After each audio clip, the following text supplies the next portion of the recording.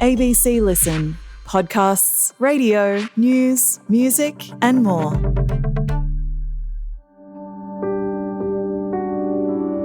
An aged care worker. He was competent in his job.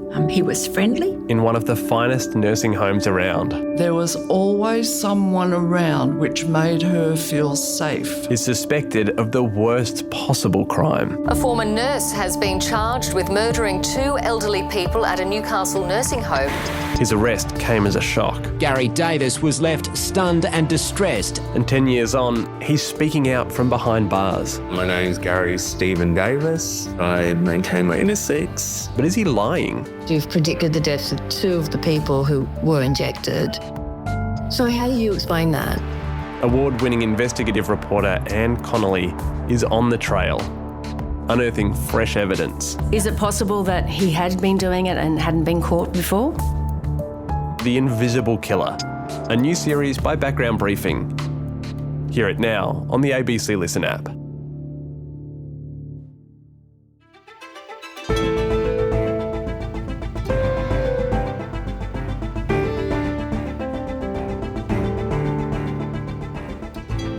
Donald Trump, a long-time electric vehicle sceptic, is now the owner of a brand new Tesla. But can the president's newfound love for EVs save the brand? With Tesla stocks tumbling since CEO Elon Musk took on his high-profile role in the Trump administration.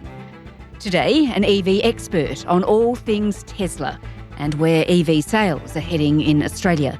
And we talk to a Tesla owner who's struggling with having a Musk-mobile in her driveway.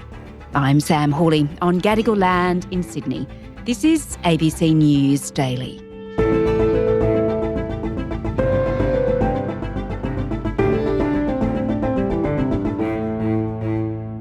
Vanessa, that is not your real name, right? Yes. But you're driving around in a Tesla. We've changed your name. You must really, feel ashamed now, do you? Yes, I have buyer's regret now. Oh my gosh. For having this car. Yes, it's terrible. When did you buy it and when did your feelings start to change? So we bought the car in 2020. Mm-hmm. We're absolute advocates for EVs and really enjoyed driving it. It's a fantastic car. But in the past 3 months, I really don't want to be seen in this car and I'm trying to push my husband to get rid of it. Even though he loves it, he can understand why. I don't want to be associated with that car and that brand in any way. Oh, gosh. Have you had anyone comment to you about driving around in a Tesla now? Yeah, look, some friends have digs on us. They call it the Doge-mobile. Oh, so, gosh. Yeah, a few digs here and there. Yeah, all right. Well, you're not alone, of course, because Teslas are rather on the nose. And that's not great, of course, for Elon Musk. And it has annoyed greatly Donald Trump. He even had, I'm sure you saw this, a Tesla delivered to the White House to show his support. It was a brand new red one. Hello, President Trump. Are you looking to buy or lease today? Well, I'm going to buy. And I'm going to buy because, number one, it's a great product, as good as it gets. Please tell me you don't have a red one too. No, thank goodness we don't have a red one. Yes, I was appalled by that little performance. And number two, because this man has devoted his energy and his life to doing this. I think he's been treated very unfairly by a very small group of people. And I just want people to know that you can't be penalized for being a patriot. And he's a great patriot. They need to understand why people are boycotting it and walking away from the brand. People are just like, I don't want anything to do with this person. Well, there have been protests at Tesla showrooms and some damage has been caused. Trump says that violence against Tesla showrooms could be considered as domestic terrorism. I'm going to stop them. We catch anybody doing it because they're harming a great American company. You know, I gather you haven't been picketing outside a showroom as yet, or have you? No, I haven't been picketing, but look, we have a sticker. I bought it for my husband for Christmas and it's on the back and it does say, bought the car before I realised how revolting he was. So that's our own little protest itself. We're looking at options to rebadge where you can buy like Hondas or Audi or any sort of other brands, the decals on the back of the car or the branding, and you can pull off the Tesla one and replace it with another brand. And I've seen a few people doing that, and my husband is tempted to do that rather than sell the car. Love it. A Tesla disguised as a Honda. Yes, something like that. I hope something happens to change this because Teslas are great cars and EVs are the future. So I really hope something in America changes and we can continue driving our cars.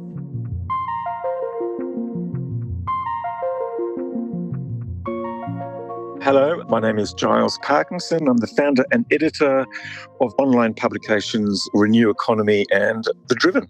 And Giles, you too own a Tesla, don't you? Yes, I own one and my wife owns one. So yes, two Tesla family.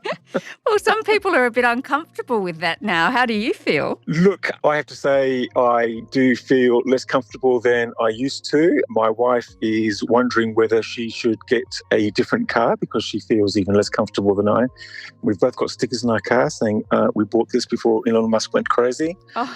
It's a really interesting position to find yourselves in, to sit there and worry about what the owner of the company that made your car is saying. It's an extraordinary thing to do. And yes, a lot of people are affected and a lot of people are wondering what the heck is the fuss about. So, yes.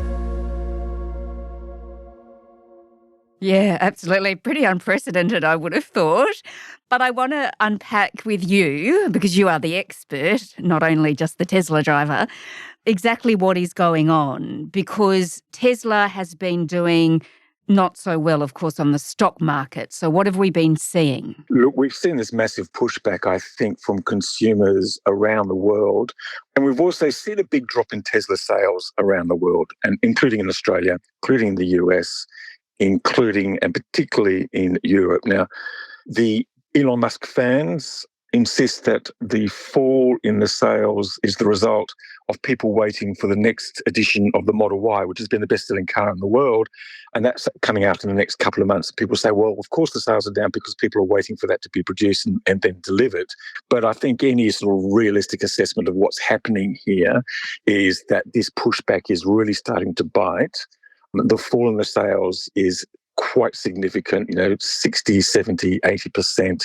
That's translated into the fall in the share price, which surged after the election win by Donald Trump last year, November the 5th. It almost doubled or more than doubled to $488. That plunged back down to about $220 this week. And then we saw this extraordinary scene of Elon Musk and Donald Trump in front of the White House. Not with just one Tesla, but the whole range, basically. 5 different Teslas sort of lined up in the front of the White House and giving this sort of sales pitch. This is a different panel than I've had. Everything's computer. And Donald Trump even agreeing to buy one, even though he's not allowed to drive it. Now, here's the bad news. I'm not allowed to drive because I haven't driven a car in a long time. But I'm going to have it at the White House, and I'm going to let my staff use it. I'm going to let people at the place. This is a man who's declared he hates EVs. Like, he really hates them. Like, he thinks they're useless. He thinks they need to be recharged every 15 minutes. He spent the first few weeks of his presidential campaign, amongst other things, repealing every single electric vehicle incentive he can find. It's an extraordinary backflip. Tesla shares have almost halved since the peak last December. So this is pretty significant.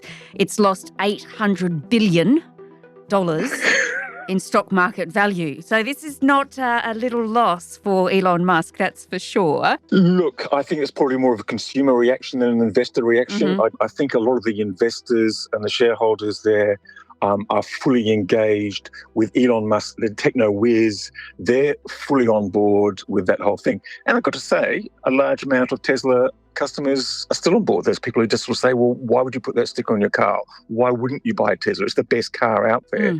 So, it's kind of split down the middle. It's really, really interesting just to see the different reactions. And you see that within the Tesla fan clubs. You see that on our own websites when we write about Tesla now, and people are just sort of saying, well, what are you writing this stuff for? I mean, who cares what he says? But clearly, there are a lot of people who really do care about what a company stands for, what a CEO says, and they are repelled enough by what they see and what they hear to think, I'm not comfortable with this anymore. Yeah, it's an incredible turnaround, isn't it? Because when it comes to electric vehicles, for a long time, Tesla was it. Elon was an incredible innovator.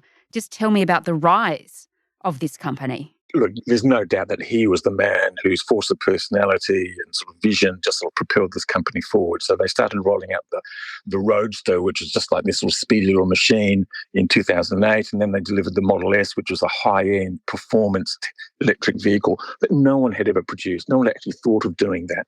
And then he brought the Model 3 and then the Model Y from 2016 on. And basically he was making really good, really interesting electric vehicles when nobody else was thinking about it. And they basically turned the industry upside down. People understood that you can actually make electric cars which are really good, are kind of affordable. I mean, they're not cheap yet, but I mean, they're kind of affordable and they represent something. And he told this wonderful story about we are doing this because it is important to act on climate change.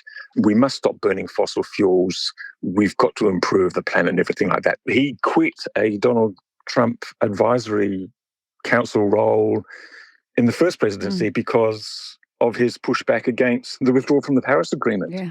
But now Elon Musk is telling a completely different story.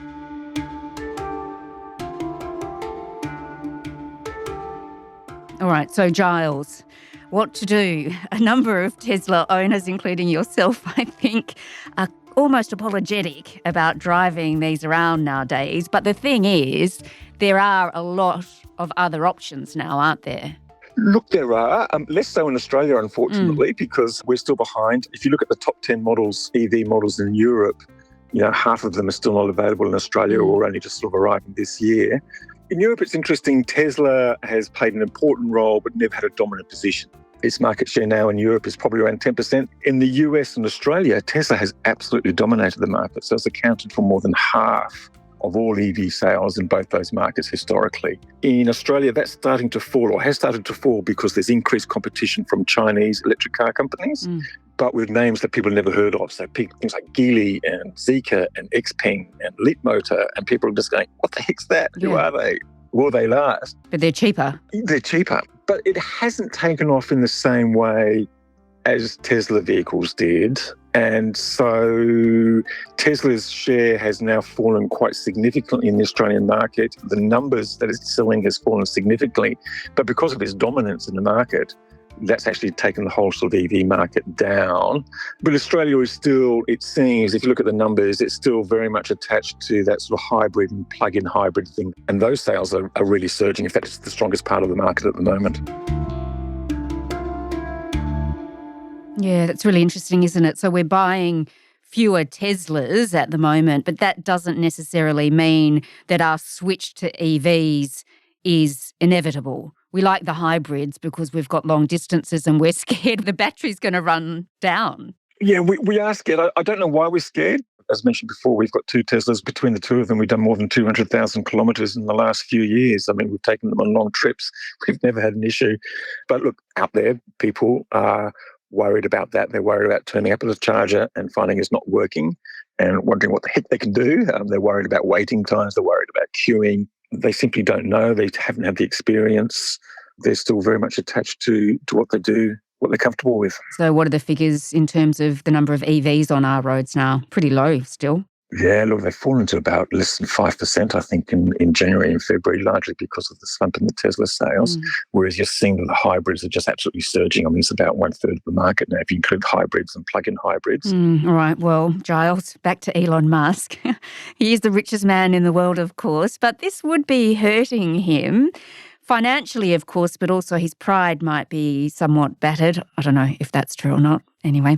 But can the Tesla brand survive, do you think? Oh, look, I think it will survive. It just might not sort of flourish as some people might have hoped. The Tesla share price has always been sold at very high multiples based on the promise of the future. So if it was just a car company, it wouldn't be priced where it is now. And so people have kind of bought the future, its robotics, the promise of full self-driving, because that's where the big profits lie in the future. There has been some calls for Elon Musk to be replaced the CEO. I don't see any great shareholder push or even interest from the board to take that sort of action. Look, you might see, we saw this week, we saw Donald Trump hates EVs, says he's bought a Tesla.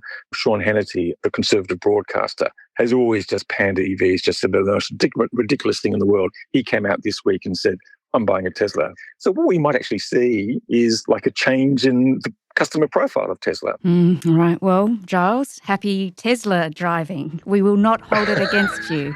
We will not. I've got to say that before I put my sticker on, I never had any pushback from anyone about me driving a Tesla. Now that I've got a sticker there, I've actually had more pushback from people who are Elon Musk fans saying, oh, you can't say anything bad about him. He's fantastic, blah, blah, blah. And, people get quite angry about it. Yeah. That's pretty interesting. Sure is. Giles Parkinson is the founder and editor of the online publications Renew Economy and The Driven. Vanessa, not her real name, hopes to disguise her Tesla soon. If you haven't caught our special Housing Hostages series yet, please do go back in our feed and find it. We have 5 episodes diving deep into the housing crisis. How did it get so bad? Today's episode was produced by Sydney Peed and Sam Dunn. Audio production by Adair Shepherd. Our supervising producer is David Cody. I'm Sam Hawley. ABC News Daily will be back again on Monday. Thanks for listening.